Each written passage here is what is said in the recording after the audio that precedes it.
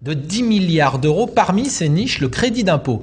Si celui-ci était entaillé, beaucoup d'entrepreneurs du secteur des services notamment craignent que le travail au noir, par exemple, reparte à la hausse. Reportage dans l'Est de la France de nos correspondants David Brunet, Olivier Saint-Paul. 3 heures par semaine, Magali vient faire le ménage dans cet appartement de la banlieue strasbourgeoise. Et c'est Valérie qui a fait appel à ses services par l'intermédiaire d'une société d'aide à domicile, un choix encouragé par les réductions d'impôts de 50%, ce qui lui permet ainsi d'alléger sensiblement sa note fiscale. En partie oui, parce que ça me permettait d'augmenter les heures, d'avoir plus d'aide ménagère et moi de me libérer du temps forcément. Et donc oui, en partie, puisque je récupère 50% de ce que j'investis, quoi. Concrètement, ça fait combien? Ça fait aux alentours de 3 000 € sur ma déclaration fiscale.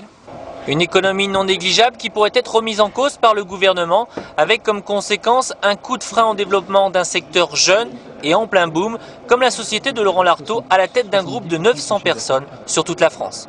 Passer par une société sous agrément contrôlée, c'était la garantie pour les familles d'avoir de la sécurité, d'avoir tout le temps un intervenant. Le risque majeur aujourd'hui d'une révision de ces 50%, c'est tout simplement un retour de la précarité, un retour du travail au noir, mais également, pour le gouvernement, certainement moins de recettes.